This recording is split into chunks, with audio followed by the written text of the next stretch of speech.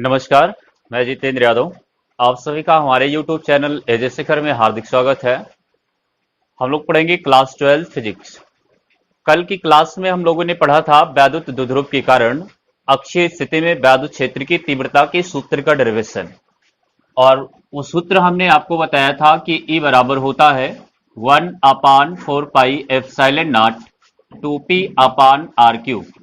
तो इस सूत्र का डेरिवेशन हम लोग पिछली क्लास में कर चुके हैं और आज की क्लास में हम लोग डेरिवेशन करेंगे वैद्युत द्विध्रुव के कारण निरक्षीय स्थिति में वैद्युत क्षेत्र की तीव्रता का सूत्र। तो निरक्षीय स्थिति में जो वैद्युत क्षेत्र की तीव्रता का सूत्र होता है उसमें यहां आगे 2 नहीं लगा होता है, ओनली वो P अपान आर क्यू होगा, यानी E बराबर होता है 1/4 पाई एप्सिलॉन नॉट और P अपान आर क्यू। तो इस सूत्र का डेरिवेशन आज की क्लास में हम लोग करेंगे।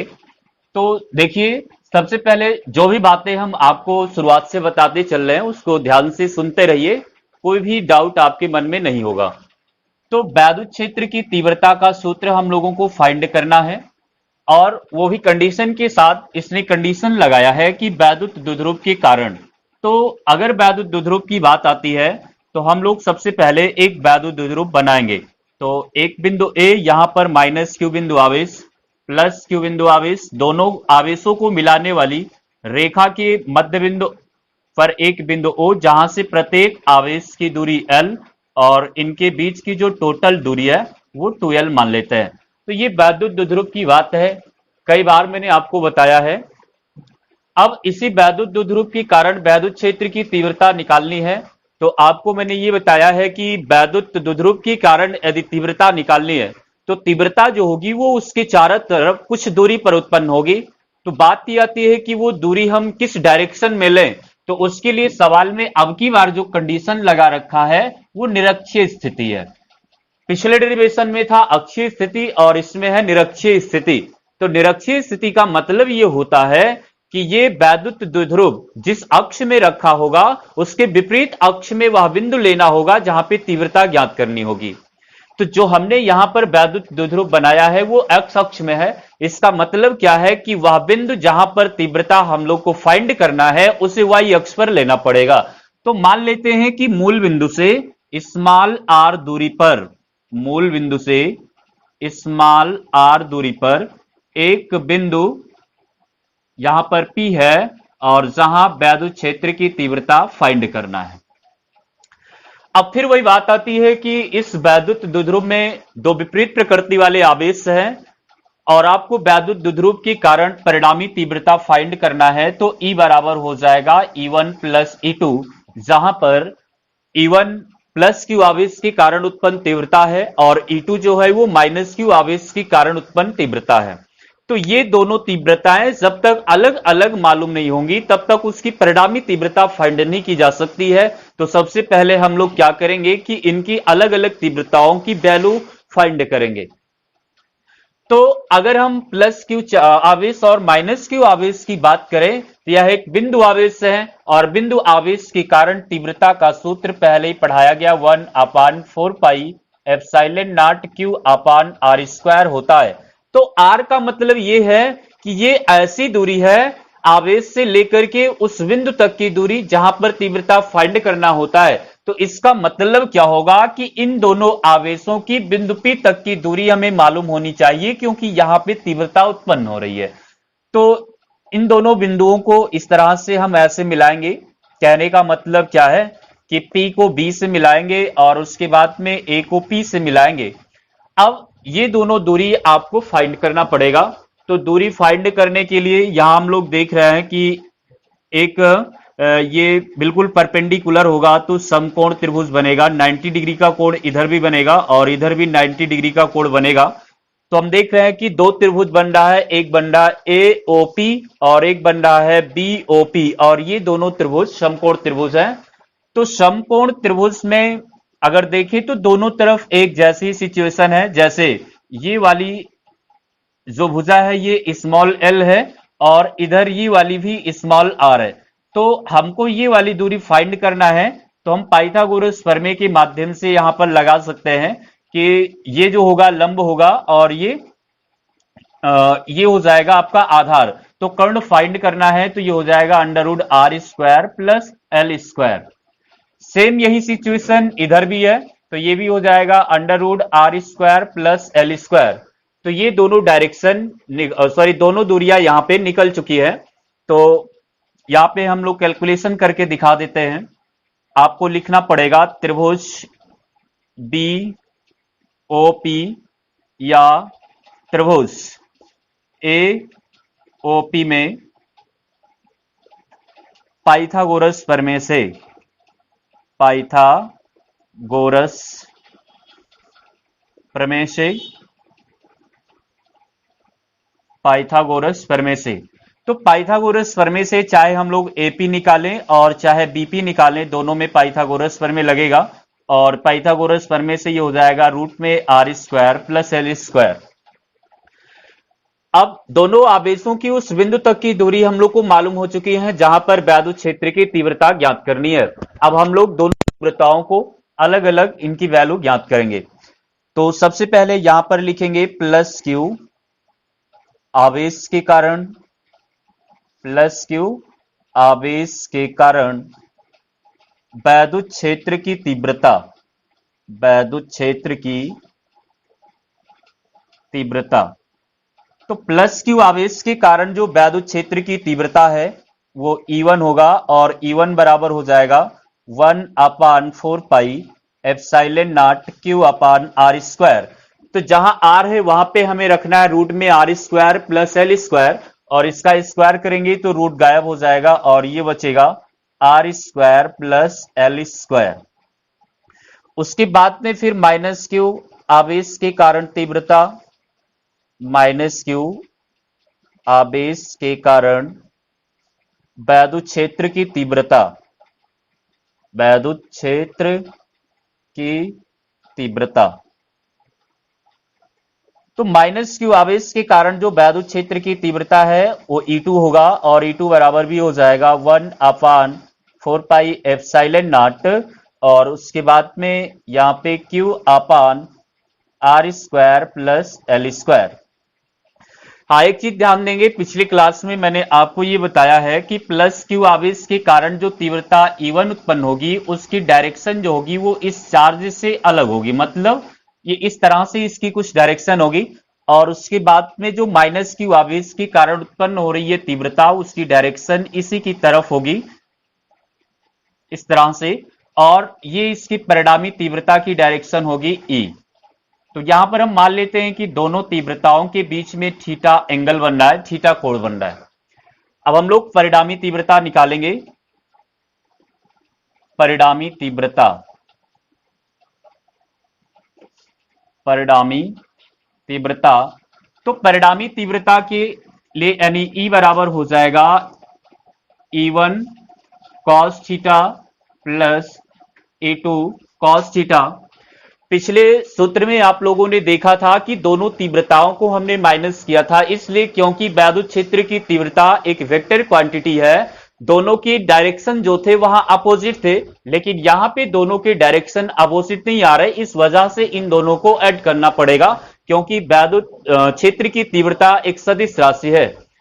अब उसके बाद में यहां पर इनके वैल्यू हम लोग पुटअप करेंगे, तो E1 की वैल्यू है 1/4 pi epsilon naught Q upon root में are square plus L square into cos theta, और उसके बाद में E2 की भी वैल्यू इतनी ही है 1/4 pi epsilon naught Q upon r square plus L square और इंटू में कॉस थीटा।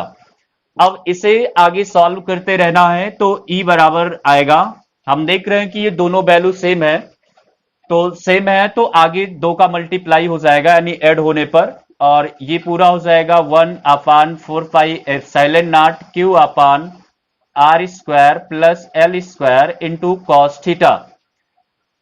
तो अब आगे ध्यान देना है कि ये जो कॉस थीटा है इसकी वैल्यू निकालना पड़ेगा। त्रिकोणमिति के नियम से आपको मालूम होगा कि कॉस थीटा इक्वल टू होता है आधार बटे कर्ण, कॉस थीटा बराबर होता है आधार बटे कर्ण। तो अगर हम इन त्रिभुजों में बात करें आधार की, तो आधार ओबी है और कर्ण जो है वो बीपी है, और इधर बात करेंगे तो ओए आधार है और एपी कर्ण है। तो किसी भी त्रिभुज से इसे हम लिख सकते हैं, इसकी वैल्यू में कोई इफेक्ट नहीं पड़ेगा। तो यहां पे हम लिखेंगे ओबी और बटा बीपी। तो ओबी की वैल्यू है एल और बीपी की वैल्यू है रूट में are square plus L square. तो ये वैल्यू अब हमें यहां पे पुटअप करना पड़ेगा। तो आगे जब रखेंगे तो ये हो जाएगा 2 × 1/4 पाई एप्सिलॉन नॉट, और ये होगा Q/r square plus L square, और cos थीटा की वैल्यू L/रूट में are square plus L square. आगे इससे हम इस तरह से लिख सकते हैं 1/4 पाई एप्सिलॉन नॉट को ऐसे ही लिखेंगे, और उसके बाद में 2Q और L का गुणा होगा तो हो जाएगा 2QL, और नीचे r square plus L square की पावर 1 है। यहां पे रूट में are square plus L square है, अगर रूट हटाएंगे तो इसकी पावर हाफ होगी, और दोनों सब ऐड होगा तो 1 और हाफ जुड़ेगा तो पावर इसकी टोटल हो जाएगी 3/2। यानी इसको हम लिख सकते हैं r square plus L square की होल पावर 3/2। अब आगे ध्यान देना है कि यहां से इसे एक लाइन और लिख देते हैं 1/4 पाई एप्सिलॉन नॉट, इसे हम लिख सकते हैं P, और ये जैसे का तैसा ही रहेगा r square plus L square की होल पावर 3/2। तो 2QL का फार्मूला बताया जा चुका है पहले से भी कि ये होता है P के बराबर, जहां पे P जो है वो वैद्युत द्विध्रुव आघूर्ण है। वैद्युत द्विध्रुव आघूर्ण का मतलब होता है कि वैद्युत द्विध्रुव में कोई भी एक आवेश और उनके बीच की टोटल दूरी का जो गुणनफल होता है उसे हम लोग कहेंगे वैद्युत द्विध्रुव आघूर्ण। तो अब L को यहां से गायब करना होगा, और L को गायब करने के लिए फिर वही पुराना नियम कंडीशन लगाना पड़ेगा कि L is more less than R। अगर L is more less than R है तो आप ये कह सकते हो कि L को जीरो क्यों ना मान लिया जाए। L is more less than का मतलब है कि L जो है वो R से बहुत कम है। तो अगर L R से बहुत कम है तो उसको हम जीरो मान लेंगे, और जीरो अगर मान लेते हैं तो इसकी वैल्यू आगे निकल के आएगी 1/4 पाई एप्सिलॉन नॉट P अपान, ये जीरो हो गया तो ये आर स्क्वायर की होल पावर 3/2 है। तो 2 से 2 कैंसिल होगा तो केवल बचेगा क्या, R³ न्यूटन प्रति कूलम। न्यूटन प्रति कूलम ये वैद्युत क्षेत्र की तीव्रता का मात्रक होता है। तो ये रहा सूत्र वैद्युत द्विध्रुव के कारण निरक्षीय स्थिति में वैद्युत क्षेत्र की तीव्रता के लिए, यानी E बराबर होगा 1/4 पाई एप्सिलॉन नॉट P/R³। ठीक, अब जिसे नोट करने की जरूरत होगी वो जल्दी से नोट कर लेगा, और उसके बाद से फिर आगे का डेरिवेशन हम इसी क्लास में स्टार्ट करते हैं।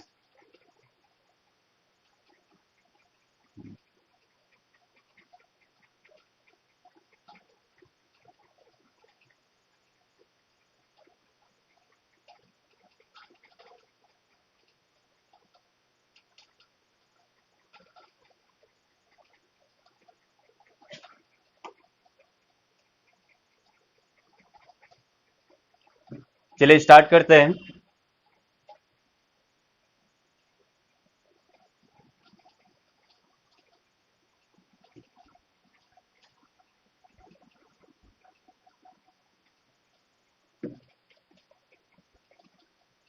अगला सूत्र है एक समान वैद्युत क्षेत्र में रखे द्विध्रुव पर कार्य करने वाला बलयुक्त आघूर्ण।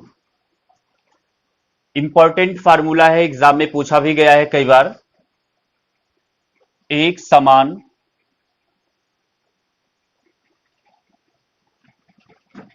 समान वैद्युत क्षेत्र में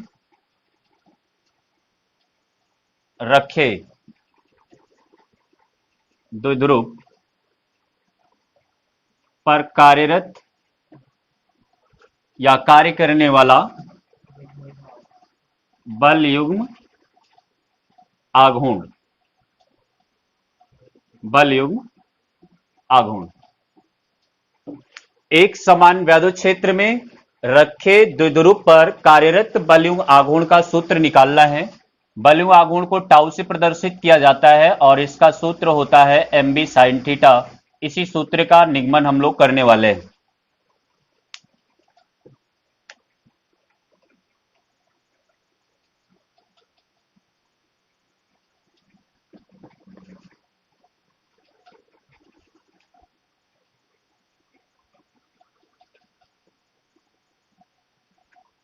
हाँ, ध्यान दीजिएगा।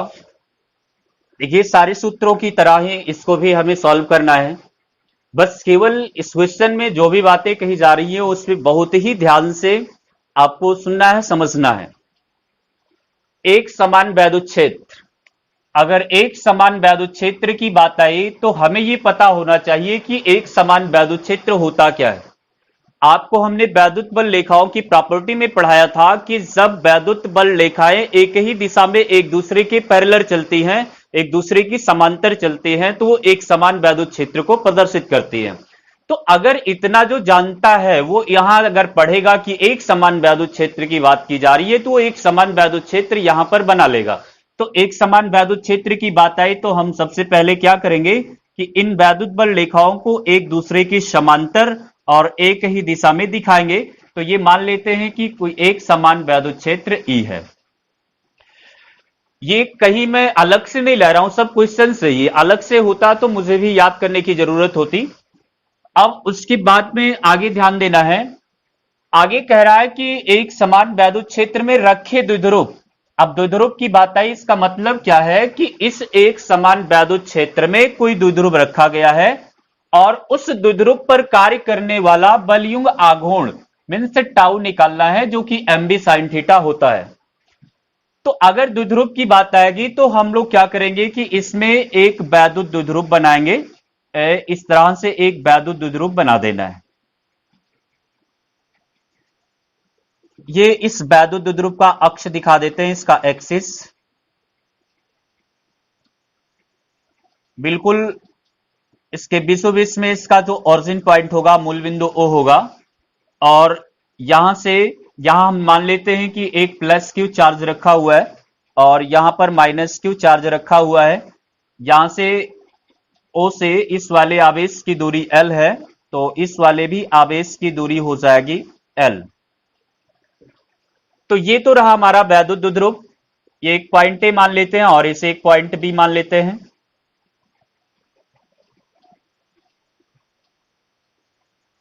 अब इतनी बातें तो क्वेश्चन में ही कही गई है, आगे क्या है उसके लिए आपको मेरी बातों पर ध्यान देना पड़ेगा, सुनना पड़ेगा। तो ये सब कहीं से याद नहीं करना है, बस अगर मेरे सामने क्वेश्चन है तो हम लोग इतना कर सकते हैं। अब बलयुक्त आघूर्ण निकालना है, तो बलयुक्त आघूर्ण निकालने के लिए कुछ बातों को ध्यान से सुनिए। जैसे ये कि एक समान वैद्युत क्षेत्र है और इस एक समान वैद्युत क्षेत्र में ये द्विध्रुव रखा हुआ है। तो हमको ये पता है कि इस द्विध्रुव में जो आवेश है, आवेश के परिमाण बिल्कुल सेम है। परिमाण सेम होने की वजह से यहां पर समान परिमाण वाले दो बल कार्य करेंगे, उनके परिमाण भी समान होंगे, बट इनकी प्रकृति अलग होने की वजह से इनके डायरेक्शन अपोजिट हो जाएंगे। ये ऐसा नियम होता है कि ये चीजें आपको जानना ही पड़ेगा कि जब किसी एक समान वैद्युत क्षेत्र में कोई द्विध्रुव रखा जाएगा तो उस द्विध्रुव पर दो बल कार्य करेंगे जो कि परिमाण में तो समान होंगे परंतु दिशा में विपरीत होते हैं। तो अगर इतनी बात हम जानते हैं तो यहां पर दो बल दिखा सकते हैं कि एक बल F न्यूटन का हो जाएगा और दूसरा वाला भी यहां से F न्यूटन का हो जाएगा। अब इन दोनों बलों के परिमाण आप देख रहे हैं कि सेम है, बट इनकी जो डायरेक्शन है वो अपोजिट है। कारण ये है कि द्विध्रुव पर दो विपरीत प्रकृति वाले आवेश है। अब आगे बात ये आती है कि ये दोनों बल मिलकर के एक युग्म बनाएंगे और जब युग्म बनाएंगे तो इस द्विध्रुव को ये उसके अक्ष के परिता वैद्युत क्षेत्र की दिशा में घुमाने का प्रयत्न करेंगे। दोनों बल मिलकर के युग्म बनाएंगे और उसके बाद में उस वैद्युत द्विध्रुव को उसके अक्ष के परिता घुमाने का, वैद्युत क्षेत्र की दिशा में घुमाने का प्रयत्न करेंगे। जब ये वैद्युत क्षेत्र की दिशा में घुमाने का प्रयत्न करेंगे तो इसलिए इन्हें कहा जाता है प्रत्यानयन बल। और इस प्रत्यानयन बल युग्म के आघूर्ण को कहा जाता है बल युग्म आघूर्ण। बल युग्म आघूर्ण का मतलब यह होता है कि कोई भी एक बल और उनके बीच की दूरी, कोई भी एक बल और उनके बीच की दूरी का जो गुणनफल होता है उसे कहा जाता है बल आघूर्ण। तो आगे जाहिर सी बात यह है कि हम लोग को बल युग्म आघूर्ण निकालना है, तो डायरेक्ट यहां पर हम लोग फार्मूला लिखेंगे। फार्मूला लिखना है, अगर आपको डिफिनीशन क्लियर है तो फार्मूला में कोई प्रॉब्लम नहीं होनी चाहिए। तो बल युग्म आघूर्ण का जो फार्मूला होगा, बल युग्म आघूर्ण टाउ बराबर एक बल, कोई भी एक बल और गुणे उनके बीच की, यहां पे लंबवत दूरी रखेंगे, उनके बीच की लंबवत दूरी, लंबवत दूरी, कोई भी एक बल, तो यहां एफ रख लेते हैं।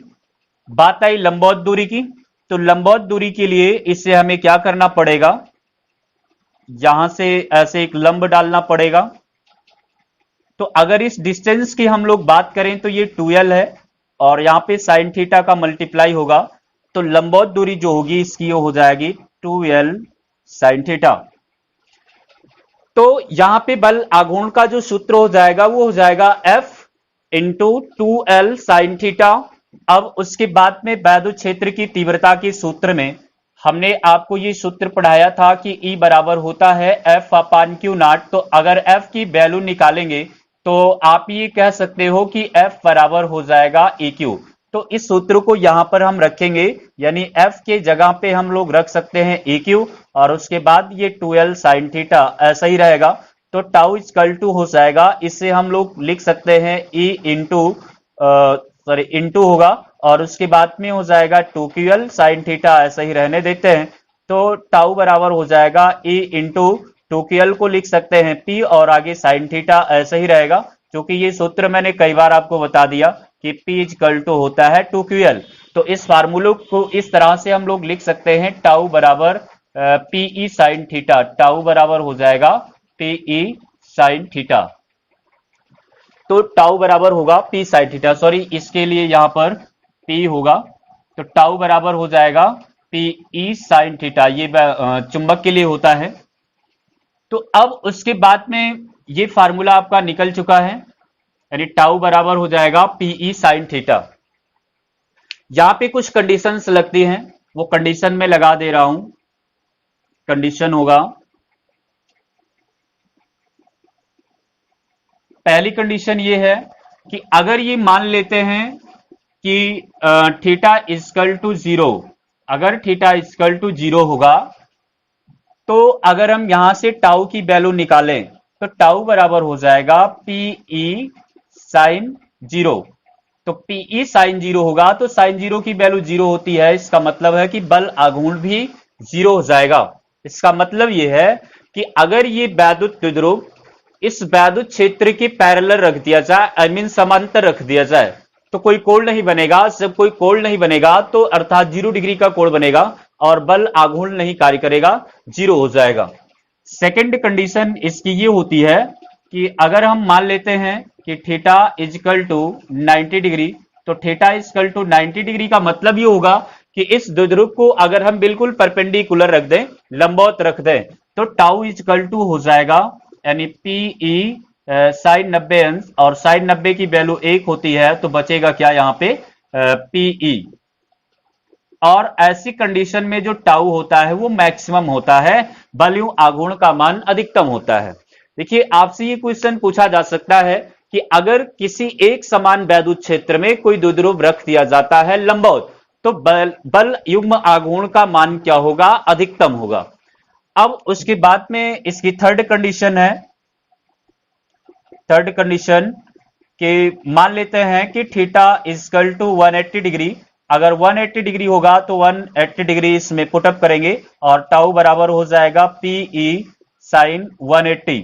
तो 180 की भी वैल्यू 0 होती है, तो टोटली बल आघूर्ण आएगा 0। अब यहां से एक डेफिनेशन एग्जाम में पूछी जा सकती है आपसे, इसी सूत्र से पूछी जाती है, वैद्युत द्विध्रुव आघूर्ण जो P दिखाई पड़ रहा है, इसका डेफिनेशन एक डिफिनेशन तो मैंने आपको पहले ही बता दिया है कि वैद्युत द्विध्रुव में कोई एक आवेश और उन दोनों आवेशों के बीच के टोटल दूरी का गुणनफल। लेकिन इसकी डिफिनेशन इस सूत्र से कुछ और भी मैं आपको बताऊंगा और ये एग्जाम में पूछा जाता है। तो अगला पॉइंट होगा द्विध्रुव आघूर्ण की परिभाषा। द्विध्रुव आघूर्ण की परिभाषा। द्विध्रुव आघूर्ण की परिभाषा देखिए, द्विध्रुव आघूर्ण की परिभाषा निकालने के लिए पहले आपको इसका सूत्र लिखना पड़ेगा। टाउ बराबर होता है P E sine theta. Tau बराबर पी ई साइन थीटा। यहाँ पे तुरंत आपको कंडीशन लगाना पड़ेगा कि थीटा इक्वल टू अगर 90 अंश और थीटा 90 अंश अगर है तो आपको पहले ही पता हो चुका है कि टाउ जो होता है वो मैक्सिमम होगा और मैक्सिमम की वैल्यू बता रही है। इस कंडीशन आघूर्ण का मान अधिकतम होता है। इसके बाद में हमें निकालना वैद्युत द्विध्रुव आघूर्ण की डिफिनेशन, तो इसलिए अपनी तरफ कर लेंगे और उसके बाद में ये टाउ मैक्सिमम जो होगा वो अपनी जगह पे रहेगा, ये उसके मल्टीप्लाई में है तो नीचे आ जाएगा और ये सूत्र निकल के आ रहा है कि P equal to tau maximum up E। अब हम लोग एक कंडीशन अप्लाई करेंगे।